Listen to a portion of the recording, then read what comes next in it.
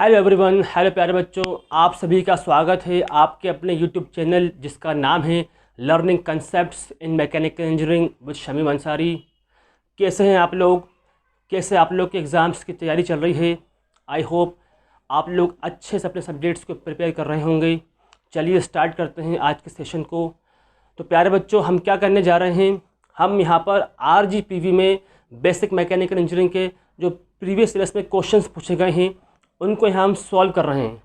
Right, आज जो हमने क्वेश्चन लिया है वो एक न्यूमेरिकल लिया है जो जून 2022 में पूछा गया है। ठीक, इस क्वेश्चन में क्या पूछा गया है? इस क्वेश्चन में यंग्स मॉडुलस पूछ रहा है। आपको एक ब्रास रॉड दी गई है, उसका वो यंग्स मॉडुलस पूछ रहा है। कैलकुलेट करना आपको यंग्स मॉडुलस। उस रॉड का डायमीटर दिया है आपको, उस रॉड की लेंथ दी है आपको, उस रॉड पे जो टेंसाइल लोड लग रहा है वो दिया हुआ आपको, उस टेंसाइल लोड की वजह से जो एक्सटेंशन हो रहा है उस रॉड में वो भी आपको दिया हुआ है। आपको क्या कैलकुलेट करना है? यंग्स मॉडुलस कैलकुलेट करना है। तो मेरे प्यारे बच्चों, ये क्वेश्चन न्यूमेरिकल जो था काफ़ी आसान था। Numerical based formula based numerical है, ये काफ़ी आसान न्यूमेरिकल है। न्यूमेरिकल को सॉल्व करने से पहले हम समझते हैं कि यंग्स मॉडुलस क्या होता है ना। टेंसाइल लोड की वजह से एक्सटेंशन जो आता है वो क्या होता है, ताकि जब हम न्यूमेरिकल को सॉल्व करें तो वहाँ हमें कोई डाउट न रहे, हमें फील आए। ओके, चलिए स्टार्ट करते हैं। तो बच्चों, हम स्टार्ट कर रहे हैं स्ट्रेस से। स्ट्रेस की डेफिनेशन मैंने लिखी हुई है। अभी हम डेफिनेशन को रीड नहीं कर रहे हैं, हम डायरेक्ट आ रहे हैं यहाँ पर। हम समझते हैं स्ट्रेस क्या होता है, डेफिनेशन हमें अपने आप बाद में समझ में आ जाएगी। देखिए, AB एक बार है या मान लीजिए रॉड है जिसके ऊपर टेंसाइल फोर्स लग रहा है। राइट, टेंसाइल फोर्स क्या होता है बच्चों? टेंसाइल फोर्स वो फोर्स होता है जिसमें क्या होता है, किसी बॉडी पे जब वो लगता है तो उसका डायरेक्शन क्या होता है, ऑपोजिट होता है, लेकिन मैग्नीट्यूड क्या होता है बच्चों, सेम होता है। जैसे यहाँ पर हो रहा है, देखिए AB एक रॉड है जिस पे फोर्स लग रहा है, ऑपोजिट डायरेक्शन में फोर्स लग रहा है। देख सकते हैं आप, लोड P यहाँ लग रहा है, वही फोर्स P यहाँ लग रहा है। मैग्नीट्यूड दोनों का सेम है लेकिन डायरेक्शन क्या है इसकी, अपोजिट है। नंबर 1। नंबर 2, फोर्स की एक टेंडेंसी होती है जहाँ भी फोर्स लगता है उस बॉडी का या उस ऑब्जेक्ट का उसके शेप और साइज़ को चेंज कर देता है या करने की कोशिश करता है। अगर फोर्स की वजह से उस बॉडी के शेप और साइज़ में चेंज हो जाता है तो उसको हम क्या बोलते हैं? उसको हम बोलते हैं डिफॉर्मेशन। क्या बोलते हैं बच्चों इसको? डिफॉर्मेशन। डिफॉर्मेशन क्या होता है? फोर्स अप्लाई किया, बॉडी के ऊपर एक्सटर्नल फोर्स लगा, उस फोर्स के कारण जो बॉडी में चेंजेस आए, उसके शेप और साइज में जो चेंजेस आए उसको बोलते हैं हम डिफॉर्मेशन। Very good. तो टेंसाइल फोर्स यहाँ लग रहा है, टेंसाइल फोर्स के कारण क्या होगा बच्चों, इस रॉड की या इस बार की लेंथ बढ़ेगी, डायमीटर क्या होगा इसका, कम होगा। ठीक है, ये टेंसाइल फोर्स में होता है। ठीक, लेकिन हम देख रहे हैं कि इस बार में कुछ भी डिफॉर्मेशन नहीं हो रहे हैं। टेंसाइल फोर्स तो लग रहा है लेकिन इस बार में है ना, इस रॉड में कुछ भी क्या हो रहा है, डिफॉर्मेशन नहीं हो रहा है, कुछ भी इसके शेप और साइज में चेंज नहीं हो रहा। राइट, तो हमें समझ में क्या आ रहा है? हमें समझ में ये आ रहा है कि इस बॉडी के अंदर कोई ऐसी चीज़ है जो इस बाहर वाले फोर्स के इफेक्ट को क्या करे हुए है, रोके हुए है।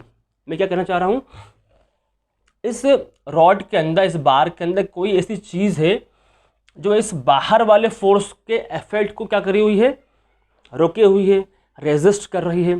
ठीक, अब वो क्या है हम उसको समझते हैं। ठीक, उसके लिए क्या करा हमने, इस बार को एक्स एक्स सेक्शन पर कट करा। राइट, हम जानते हैं ये बार क्या है, मॉलिक्यूल से मिलके बना है। ये बार क्या बच्चों, मॉलिक्यूल से मिलके बना है। और हम जानते हैं सॉलिड्स के अंदर क्या होता है, मॉलिक्यूल्स के बीच में फोर्स ऑफ अट्रैक्शन बहुत ज़्यादा होता है, ये स्ट्रांगली बॉन्डेड होते हैं। राइट, तो इस सेक्शन के लेफ्ट में मान लीजिए एक मॉलिक्यूल है जिसका नाम क्या है, एक्स, और इसी के बाजू में इसका दोस्त बैठा है वाई, राइट हैंड साइड पे, राइट साइड पे। ठीक, तो इस सेक्शन को मैंने कट करा, ए सेक्शन मैंने यहाँ बनाया है, बी सेक्शन मैंने यहाँ बनाया है। ठीक है, तो ए सेक्शन को हम देखें, अगर ए सेक्शन की बात करें तो फोर्स पी क्या चाह रहा है कि ये एक्स मॉलिक्यूल या उसके साथ इस सेक्शन के सब जो मॉलिक्यूल्स हैं सारे क्या हों, इस डायरेक्शन में क्या करें, एलोंगेट हों, इस फोर्स को जैसे क्या हो खींचें इस तरफ, ये फोर्स को खींचना चाह रहा है, राइट। लेकिन लेफ्ट साइड में जो उसका दोस्त बैठा हुआ वाई, वो क्या बोल रहा है पी से, अरे भाई साहब रुको थोड़ा, कहाँ जा रहा है मेरे दोस्त को लेके, हमने साथ में जीने मरने की कस्में खाई हैं, ऐसे थोड़ी होता है, ठीक।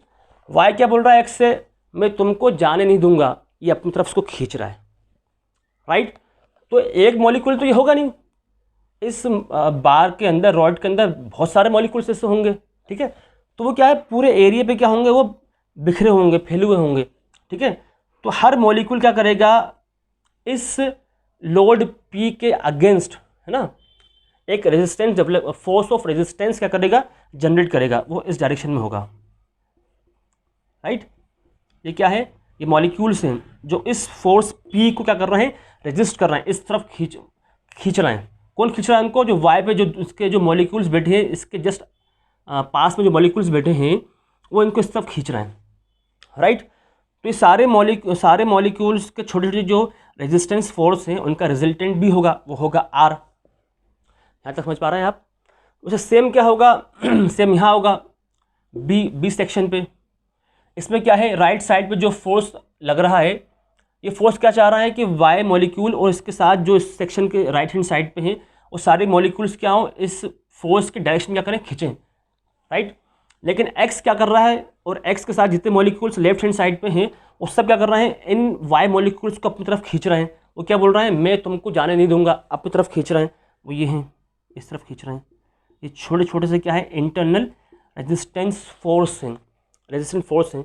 इसका भी क्या होगा बच्चों, रिजल्टेंट होगा, हमने मान लिया वो आर है, राइट। तो हम क्या देख रहे हैं, इस बाहर वाले जो फोर्स पी को कौन था जो उसके इफेक्ट को क्या करा हुआ था, रोके हुआ था, रेजिस्ट कर रहा था, वो रिजल्टेंट आर है, राइट। इसको हम बना लेते हैं। ये एक्स मॉलिक्यूल खींचना कौन चाह रहा है, पी, तो उसको इस तरफ कौन खींच रहा है, वाई मॉलिक्यूल खींच रहा है।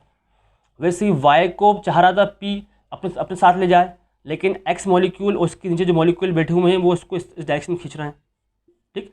तो रिजल्टेंट क्या बन गया बच्चों, आर इस तरफ और आर इस तरफ। यहाँ तक आपको समझ में आ रहा होगा, ठीक है। और साथ में क्या है, ये पूरा एक मॉलिक्यूल तो है नहीं, पूरे एरिया पे ये क्या बिखरे हुए हैं, ठीक। तो इंटरनल रेजिस्टेंस पर यूनिट एरिया, उसको हम बोलते हैं स्ट्रेस। अब पढ़िए आप डेफिनेशन। स्ट्रेस क्या बोल रहा है, it is defined as internal force of resistance, अंदर वाला रेजिस्टेंस फोर्स पर यूनिट एरिया, क्योंकि पूरे एरिया पे बिखरे हुए हैं वो, ठीक है। ऑफर्ड बाय अ बॉडी, कौन कर रहा है जनरेट इसको, ये बॉडी कर रही है। क्यों कर रही है, इस लोडिंग के या इस डिफॉर्मेशन के खिलाफ, उसको हम बोलते हैं स्ट्रेस।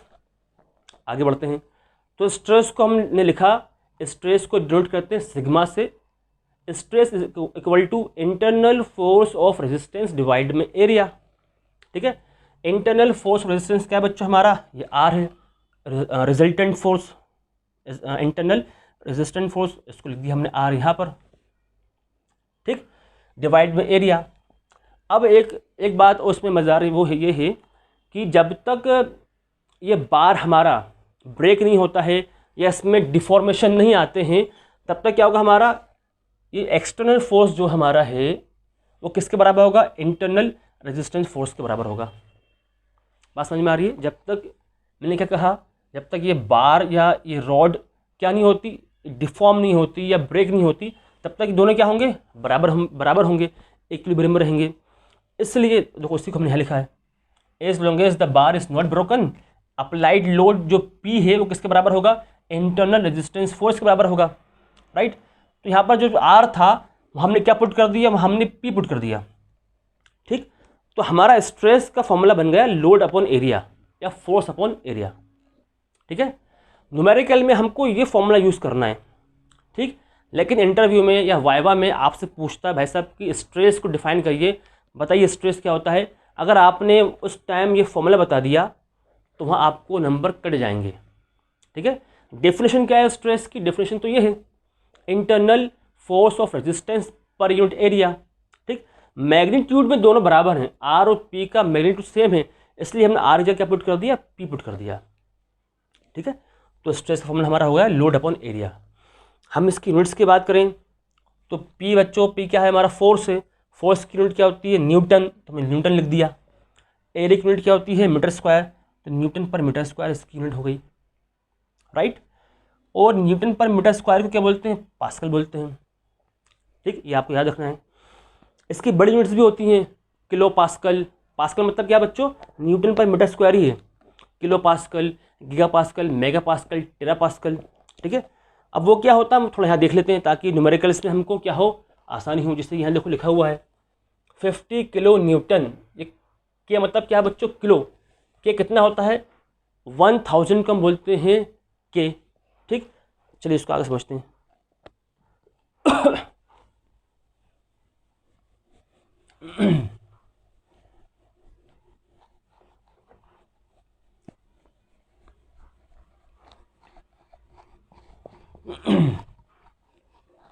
इसकी जो लार्ज यूनिट्स क्या होंगी बच्चों, इसमें आपको बताया किलो पास्कल।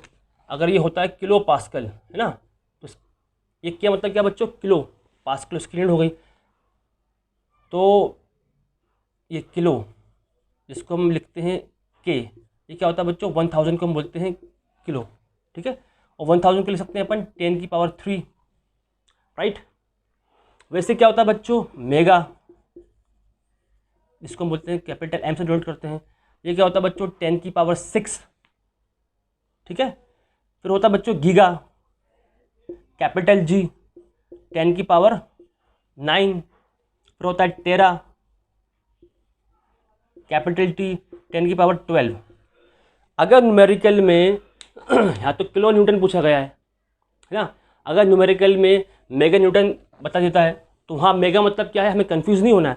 मेगा मतलब क्या है बच्चों, 10⁶, राइट। अगर बोल देता है गीगा न्यूटन, क्या बोल देता है, गीगा न्यूटन, GN लिख देता है, तो हमें घबराना नहीं है। जी मतलब क्या है बच्चों, यहाँ पर 10⁹। ठीक, ये एक चीज़ थी जो आपको मालूम होना चाहिए थी। वैसे क्या बच्चों, जैसे कि लार्ज यूनिट है, वैसे क्या होती है, स्मॉल यूनिट्स भी होती हैं, है ना। आई होप आप लोग जानते होंगे पहले से। इसको हम देख लेते हैं एक मरतबा, ताकि कुछ भी डाउट ना रहे न्यूमेरिकल सॉल्व करने में। छोटा सा भी डाउट अगर होता है तो न्यूमेरिकल क्या कर देता है, हमारे ख़राब कर देता है। जैसे लार्ज यूनिट्स थी तो वैसे ही हम जानते हैं स्मॉल में क्या होता है बच्चों, अगर 10 की पावर क्या है, -3 है ना, ये m मिली, m 10 की पावर -3। ठीक है, आप जानते होंगे इसको। उसके बाद माइक्रो, म्यू से नोट करते हैं, 10 की पावर -6। फिर क्या होता है बच्चों, नैनो, इसको नोट करते हैं n से, 10 की पावर -9। ये सब आप चीज़ें जानते होंगे, राइट। तो वैसे एक सेंटी, इसको C से लिखते हैं, 10 की पावर -2, है ना। तो ये आपको मालूम होना चाहिए ताकि न्यूमेरिकल में चीज़ें आसानी समझ में आ जाएं। जैसे कि यहाँ पर अगर 0.3 मिलीमीटर, ये मिली मीटर तो इसकी यूनिट हो गई। ये मिली क्या है बच्चों, ये मिली ये है 10 की पावर -3। ठीक है, इसको अपन चाहें तो 0.3 × 10 की पावर -3 भी करके लिख सकते हैं, राइट। तो मिली मतलब ये हो गया। चलिए आगे बढ़ते हैं। तो हमने स्ट्रेस समझ लिया क्या होता है, अब हम देखते हैं strain.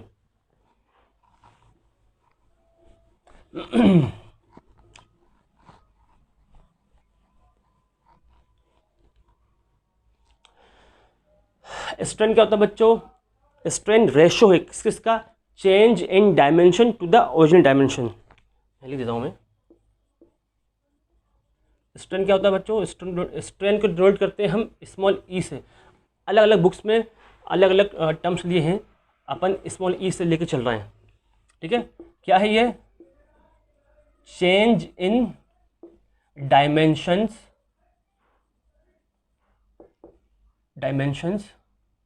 To the original dimensions, right. ये रेशो है, change in dimension to the original dimension. ठीक है, एक्चुअली में है क्या, एक बार है, एक मेंबर है, अभी देखा हमने, उस पर अगर फोर्स लग रहा है तो फोर्स लगने के कारण क्या होगा, उसमें डिफॉर्मेशन आएंगे। मतलब क्या होगा, उसकी लेंथ भी चेंज होगी, या डायमीटर भी चेंज होगा, वॉल्यूम भी चेंज होगा। तो एक्चुअल में क्या है, वो जो चेंजेस हो रहे हैं ना, चेंज इन डायमेंशन ऊपर रहेगा, डिवाइड में ओरिजिनल डायमेंशन रहेगा, उसको बोलेंगे स्ट्रेन। ठीक, कई बुक्स में उसको इसकी डेफिनेशन लिखी होती है, change in length, change in length to the original length. इसको डिफाइन किया गया है, बात वही है, चेंज इन डायमेंशन डिवाइड में ओरिजिनल डायमेंशन। ठीक, तो चेंज इन लेंथ क्या होगा बच्चों, डेल्टा एल होगा, और ओरिजिनल लेंथ क्या होगी, एल होगी। ये आपका हो गया स्ट्रेन। ये क्या हो गया बच्चों, स्ट्रेन हो गया। ठीक, अगर हम यूनिट्स की बात करें यहाँ पर, तो ये क्या है बच्चों, इसकी कोई यूनिट नहीं होती है। क्यों नहीं होगी, देखिए ऊपर भी लेंथ की बात कर रहा है, अगर लेंथ तो आप मीटर में ले रहा है तो नीचे भी लेंथ की बात कर रहा है, मीटर मीटर कैंसिल हो गया, है ना। तो ये क्या है, डायमेंशन लेस पैरामीटर है या क्वांटिटी है, स्ट्रेन। अभी डेल्टा एल जो हमारा चेंज आया, इसको एग्जाम में कैसे पूछा जाता है, इसको एग्जाम में बोला जाएगा एक्सटेंशन के नाम से, एक्सटेंशन, एलोंगेशन। अगर न्यूमेरिकल में बोल रहा है कि एक्सटेंशन आपको इतना दिया है ना, या एलोंगेशन आपको इतना इतना दिया है, तो वो वैल्यू किसकी दी है, उसने आपको डेल्टा एल की वैल्यू दी है, राइट। चलिए, तो बच्चों ये स्ट्रेन था। तो स्ट्रेन देख लिया हमने, स्ट्रेस देख लिया, स्ट्रेन देख लिया। अब हम देखेंगे हुक्स लॉ। क्या देखेंगे, हुक्स लॉ। ठीक है, हुक्स लॉ बच्चों 2-3 मरतबा पूछा गया है ना, इसको अच्छे से हम समझेंगे हम, ताकि अगर आए तो हम इसको लिख पाएँ। तो हुक्स लॉ क्या है, हुक्स का लॉ, रॉबर्ट हुक एक फिजिशियन थे, उन्होंने एक लॉ दिया। उन्होंने क्या बोला, उन्होंने बोला इलास्टिक लिमिट के अंदर, है ना, इलास्टिक लिमिट के अंदर स्ट्रेस जो है स्ट्रेन के क्या रहेगा, प्रोपोर्शनल रहेगा। ठीक है, इलास्टिसिटी हम पढ़ते हैं, फर्स्ट चैप्टर हमने पढ़ा होगा, है ना, ये मैकेनिकल प्रॉपर्टी होती है। इसमें क्या होता है, अगर किसी बॉडी पे आपने फोर्स अप्लाई करा, फोर्स का शेप क्या हुआ, चेंज हुआ, और अगर आपने फोर्स को हटाया, बॉडी अपने ओरिजिनल शेप में आ गई, तो उसको हम बोलते हैं इलास्टिसिटी। ठीक है, लेकिन ये भी क्या होता है, अप टू एक लिमिट तक होता है। ऐसा नहीं है कि आप फोर्स लगाते चले जाओ और छोड़ोगे तो बाद में क्या होगी, बॉडी अपने ओरिजिनल शेप में आ जाएगी, ऐसा नहीं होता, एक लिमिट तक होता है। उस लिमिट को अगर आपने क्रॉस करा तो वहाँ क्या होगी, बॉडी अब ओरिजिनल शेप में नहीं आएगी, वो परमानेंट क्या होगी, डिफॉर्म हो गई, जिसको हम क्या बोलते हैं, प्लास्टिसिटी, राइट। तो हुक्स भाई साहब ने क्या बोला, उन्होंने बोला विद इन इलास्टिक लिमिट। ठीक है, अपन लिख देते हैं इसको, according to Hooke's law, according to Hooke's law. ठीक है, क्या बोला इन्होंने, within elastic limit, within elastic limit, elastic limit के अंदर, है ना, क्या होगा, स्ट्रेस जो है हमारा, stress is proportional to strain. ये हुक्स भाई साहब ने बोला कि इलास्टिक लिमिट के अंदर, इलास्टिक लिमिट के अंदर स्ट्रेस जो होगा हमारा क्या होगा, प्रोपोर्शनल होगा किसके, स्ट्रेन के। स्ट्रेस जिसको हम सिग्मा से नोट कर रहे हैं, ये क्या है, प्रोपोर्शनल है किसके, स्ट्रेन के, इलास्टिक लिमिट के अंदर, राइट। जितना स्ट्रेस बढ़ेगा उतना स्ट्रेन बढ़ेगा, ये बोला किसने, हुक्स भाई साहब ने, इलास्टिक लिमिट के अंदर। अब ये क्या है, स्ट्रेस नोट करना सिग्मा से। ठीक है, तो यहाँ से क्या करेंगे, हम इस चिड़िया को हटाएंगे तो एक कांस्टेंट लगाएंगे इक्वल टू के साथ, वो कांस्टेंट क्या है बच्चों, ई, राइट, साथ में स्ट्रेन स्मॉल ई। ठीक है, अब यहाँ से ई क्या है बच्चों, ई जो है यंग्स, इसी को बोलते हैं यंग्स मॉडुलस या मॉडुलस ऑफ इलास्टिसिटी। ठीक है, यहाँ से कैपिटल ई क्या होगा हमारा, कैपिटल ई जो होगा हमारा यहाँ से होगा स्ट्रेस डिवाइड में स्मॉल ई, राइट। तो ये क्या है आपका हुक्स लॉ, ये क्या था बच्चों आपका हुक्स लॉ। ठीक है, ये क्या है बच्चों इसमें, ये जो है इसमें मॉड्यूलस ऑफ इलास्टिसिटी है, ठीक है, या यंग्स मॉड्यूलस है। ये क्या है बच्चों यहाँ पर, ये जो है यंग्स मॉड्यूलस है जो ऊपर दिया है अपन को। ठीक है, और इसी को एक को नाम से जाना जाता है जिसको हम क्या बोलते हैं, modulus of elasticity, modulus of elasticity. ठीक, कई मरतबा ये भी क्वेश्चन आया हुआ है कि भाई यंग्स मॉड्यूलस को बताइए, डिफाइन करिए क्या होता है शॉर्ट नोट्स के अंदर। तो आपको ये लिखना रेशो है, किस किस का रेशो, ये स्ट्रेन का और स्ट्रेस का और स्ट्रेन का। अब हम बात करें इसकी यूनिट की, तो बच्चों यूनिट क्या होगी, जो यूनिट हमारी स्ट्रेस की है वह यूनिट किसकी होगी, हमारी यंग्स मॉड्यूलस की होगी, क्योंकि स्ट्रेन की यूनिट तो होती नहीं है, न्यूटन पर मीटर स्क्वायर की होगी इसकी यूनिट। राइट, तो ये हमारा थ्योरी वाला पार्ट था ना। अब हम स्टार्ट करते हैं न्यूमेरिकल को। अब हमें न्यूमेरिकल अच्छे समझ में आएगा।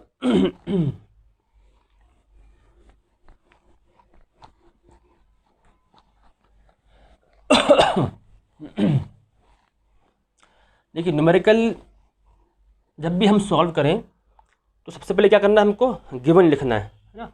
गिवन लिखेंगे तो क्या होगा, हमें आसानी से हम इसको सॉल्व कर पाएंगे। तो हमने लिखा सॉल्यूशन है इसका, क्या बोल रहा है, फाइंड द यंग्स मॉड्यूलस। आपको यंग मॉड्यूलस निकालना है किसका, ब्रास रॉड का। उस रॉड की डायमीटर दी है आपको, है ना, लिख लो डायमीटर ऑफ रॉड, जिसको हम डोनेट कर रहे हैं स्मॉल डी से, कितना दिया है 25 मिलीमीटर दिया हुआ है, बहुत अच्छी बात है। फिर आगे क्या बोल रहा है, ऑफ लेंथ, उस रॉड की लेंथ भी दी है आपको, लेंथ ऑफ रॉड, इसको हम डोनेट करेंगे स्मॉल एल से, क्या दिया बच्चों वो 250 मिलीमीटर। ठीक है, डायमीटर ऑफ रॉड दी है 25 मिलीमीटर, लेंथ दी है आपको 250 millimetre. Is subjected to tensile load, उसके ऊपर टेंसाइल लोड लग रहा है ना, टेंसाइल लोड दिया है आपको। इसको हम डोनेट कर रहा है किससे, पी से, कितना है बच्चों वो 50 किलो न्यूटन। कितना है बच्चों 50 किलो न्यूटन। अभी हमने देखा कि क्या है इसमें बेटा 1000, जिसको लिखते हैं अपन 10⁻³ न्यूटन। बच्चों से अक्सर गलती ही होती है कि वो जिनको नॉलेज नहीं है भाई के क्या है, कैपिटल के, कैपिटल एम, कैपिटल जी क्या है, वो गलती कर देते हैं। जिसको नहीं पता के क्या है वो समझेगा ये पूरी यूनिट सेम है, एक ही यूनिट है, पूरी सिंगल यूनिट है ना। वो क्या करेगा, न्यूमेरिकल में 50 यूज़ कर लेगा। ठीक, वहाँ क्या होगा, उसका आंसर गलत हो जाएगा। ठीक, तो जहाँ कहीं भी के आता है, एम आता है, जी आता है, उसको हम क्या करेंगे, चेंज करेंगे। तो के को क्या लिखते हैं अपन 10⁻³ तो 50 × 10⁻³ न्यूटन। ये आपको क्या दिया है, लोड दिया है। इस लोड को जैसे क्या हुआ बच्चों, उसमें एक्सटेंशन हुआ। ठीक है, जिसमें मैंने बताया था आपको टेंसाइल लोड में क्या होता है, लेंथ बढ़ती है ना, कितनी लेंथ बढ़ी उसकी, उस टेंसाइल लोड के कारण 0.3 मिलीमीटर। कितनी बड़ी, 0.3 मिलीमीटर, है ना। तो लिख देते हैं extension of rod. So donate कर रहे हैं हम, डेल्टा एल से डोनेट कर रहे हैं। कितना दिया है 0.3 मिलीमीटर दिया है ना। हमने सारी चीज़ें गिवन लिख ली। अब क्या पूछ रहा है हमसे, यंग्स मॉड्यूलस पूछ रहा है। राइट, तो अप्रोच क्या होती है न्यूमेरिकल सॉल्व करने की, चाहे वो किसी भी सब्जेक्ट का न्यूमेरिकल हो, जो आपसे पूछा है ना पहले उसको साइड में लिखो। बिल्कुल, क्या पूछा है आपसे, यंग्स मॉड्यूलस पूछा है, साइड में लिख दूँ। इसका फॉर्मूला क्या होता है बच्चों, इसका फॉर्मूला होता है हमारा स्ट्रेस डिवाइड में स्ट्रेन। बात समझ रहे हैं आप लोग ना। स्ट्रेस फॉर्मूला क्या होता है हमारा, लोड अपॉन एरिया। ठीक है, स्ट्रेन फॉर्मूला क्या होता है हमारा, चेंज इन लेंथ डिवाइड में ओरिजिनल लेंथ। ये इसका फॉर्मूला बन गया, फॉर्मूला आ गया। अब इस फॉर्मूले में जो चीज़ हमारे पास नहीं है पहले उसको ढूंढेंगे हम। ठीक है, अब देखते हैं हमारे पास लोड है क्या, लोड है। एरिया दिया है कि हमको, एरिया नहीं दिया, लेकिन उसने हमको क्या दिया है, डायमीटर दिया है। क्या दिया उसने हमको? डायमीटर दिया है। इस डायमीटर से क्या करेंगे हम? एरिया निकाल सकते हैं। ठीक, तो एरिया भी आपको दे दिया है। डेल्टा एल भी दिया है आपको भाई, डेल्टा एल भी दिया हुआ है और ओरिजिनल लेंथ भी दी हुई है। तो इस न्यूमेरिकल में आपको सब कुछ दिया हुआ है ना, कुछ फाइंड करने की ज़रूरत नहीं है। तो पहले हम क्या निकालेंगे बच्चों? पहले हम निकालेंगे एरिया। ठीक है, हम लिखेंगे यहाँ पर एरिया ऑफ रॉड ना, एरिया ऑफ रॉड, जिसको हम डिनोट करेंगे कैपिटल ए से। ठीक है, रॉड कैसे होती है बच्चों हमारी? ये आपकी रॉड है। ये क्या बच्चों? आपकी रॉड। ये क्या है? सर्कुलर है। तो ये एक्चुअल में क्या लगाएंगे हम? एरिया ऑफ सर्कल लगाएंगे। फॉर्मूला क्या होगा यहाँ पर? π/4 d square, π/4 d square. Values put कर दो, पाई डिवाइड में 4, डी क्या है बच्चों? डायमीटर है। कितना दिया आपको? 25 मिलीमीटर दिया है, 25 का स्क्वायर। इस न्यूमेरिकल के साथ सबसे अच्छी बात क्या है, अगर आप नोटिस करेंगे तो इसमें सारी की सारी यूनिट्स जो है ना सेम है। डायमीटर भी आपको मिलीमीटर में दिया है, लेंथ भी मिलीमीटर में दी है ना, चेंज इन लेंथ भी आपको मिलीमीटर में दिया है। ठीक है, तो इसको कहीं भी आपको चेंज नहीं करना है। प्रॉब्लम कहाँ आती है? प्रॉब्लम वहाँ आती है जहाँ पर क्या होते हैं, यूनिट्स सेम नहीं होते और बच्चे वहाँ गलती कर जाते हैं। फॉर एग्जांपल, अगर डायमीटर आपको क्या दिया होता? 2.5 मीटर दिया होता ना, इतना बड़ा तो होता नहीं है, अपन वो मान रहे हैं। अगर 2.5 मीटर दिया होता, ठीक है, लेंथ दी होती सेंटीमीटर में, राइट, और एक्सटेंशन दिया होता आपको मिलीमीटर में, तो जो वैल्यू दी गई होती मीटर में, सेंटीमीटर में और मिलीमीटर में, अगर आप डायरेक्ट वो वैल्यू पुट कर देते तो आपका आंसर कभी नहीं आता। ठीक है, नंबर आप कलेक्ट कर जाते। तो उस केस में क्या करना पड़ता? आपको यूनिट सेम करनी पड़ती। ठीक है, तो यहाँ तो हम क्या कर रहे हैं? RGPV का क्वेश्चन सॉल्व कर रहे हैं। अगर आप घर पे प्रैक्टिस कर रहे हैं तो इसका आप ध्यान रखेंगे कि अगर या तो आप सबको मिलीमीटर में लो, सबको मीटर में लो, या सबको सेंटीमीटर में लो, एक ही यूनिट लेके चलनी है, वो आपको डिसाइड करना है। ठीक है, अलग अलग यूनिट में लेकर चलोगे तो न्यूमेरिकल आपका गलत हो जाएगा, आंसर कभी नहीं आएगा। ठीक है, तो इसका आपको ध्यान रखना है। अगर मीटर सारी चीज़ें मिलीमीटर में लेकर चलना है तो उस मीटर को आप काय में चेंज करेंगे? मिलीमीटर में चेंज करेंगे। सेंटीमीटर भी दिया है तो उसको भी आप काय में चेंज करेंगे? मिलीमीटर में चेंज करेंगे। आई होप आप समझ पा रहे होंगे जो मैं आपको समझाना चाह रहा हूँ।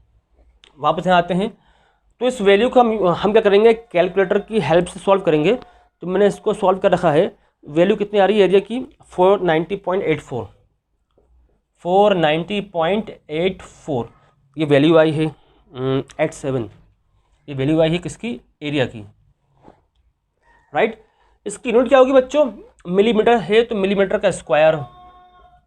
ये क्या दिया आपको? ये हमने निकाल लिया एरिया। ठीक है, अब हम निकालेंगे स्ट्रेस, या आप पहले स्ट्रेस निकाल लेते हैं।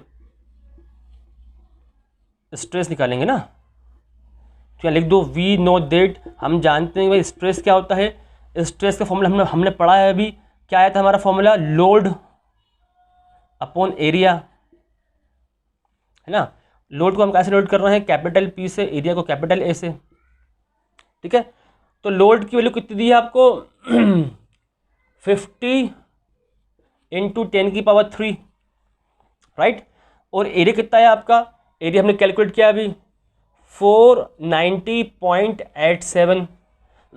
इसको कैलकुलेटर की हेल्प से आप सॉल्व करेंगे तो वैल्यू कितनी आएगी? ये वैल्यू आएगी 101.86। क्या वैल्यू आएगी बच्चों?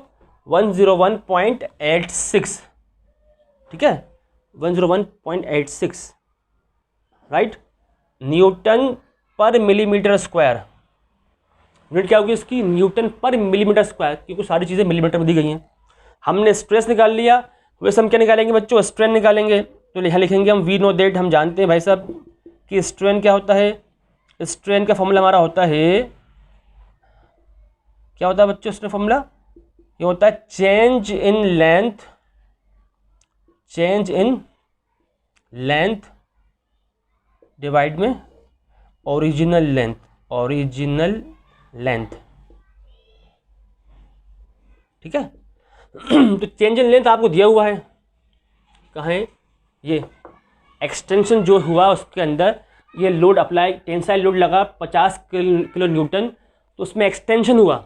ठीक है, तो एक तरीके से क्या दिया आपको? वो चेंज इन लेंथ ही दिया है, राइट। तो कितना दिया बच्चों? वो 0.3 डिवाइड में ओरिजिनल लेंथ कितनी है आपकी 250 इसको आप डिवाइड करिए। जब इसको आप डिवाइड करेंगे तो कितनी वैल्यू आएगी इसकी 0.0012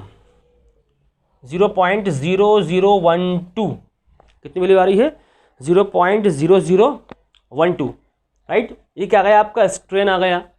स्ट्रेस स्ट्रेन हमने निकाल लिया है। स्ट्रेस डिवाइड बाय स्ट्रेन क्या होता है यंग्स मॉडुलस होता है। ठीक है तो इसको लिख लेते हैं अपन।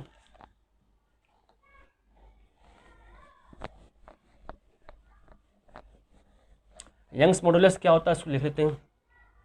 हम क्या लिखने जा रहे हैं we know that Young's modulus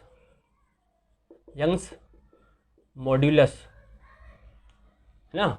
इसको हम डिनोट कैसे कर रहे हैं कैपिटल ई से। ठीक है क्या होता है ये होता है स्ट्रेस अपॉन में स्ट्रेन। ठीक स्ट्रेस की वैल्यू कितनी आई है आपकी 101.86। स्ट्रेन की वैल्यू कितनी आई है आपकी 0.0012 राइट। इसको जब हम सॉल्व करते हैं तो वैल्यू कितनी आ रही है ये आ रही है 84883 राइट न्यूटन पर मिलीमीटर स्क्वायर ये वैल्यू आ रही है। ठीक इसको आप चाहें तो लिख सकते हैं किलो न्यूटन में भी। आपको 3 डिजिट आगे आना पड़ेगा राइट साइड में। तो 84.883 किलो न्यूटन पर मिलीमीटर स्क्वायर ये आपका आंसर हो गया राइट। इसको बॉक्स में बंद कर दो। क्या हुआ बच्चों आपका आंसर हो गया। तो आई होप आज का सेशन आपने एंजॉय किया होगा, आपको समझ में आया होगा है ना। मिलते हैं अगले सेशन पे। इस चैनल को सब्सक्राइब करना ना भूलें। इसको अपने फ्रेंड्स को शेयर करें और आज का सेशन आपको अच्छा लगा है तो उसको कमेंट करके भी आप बताएं। मिलते हैं अगले वीडियो में, तब तक के लिए बाय।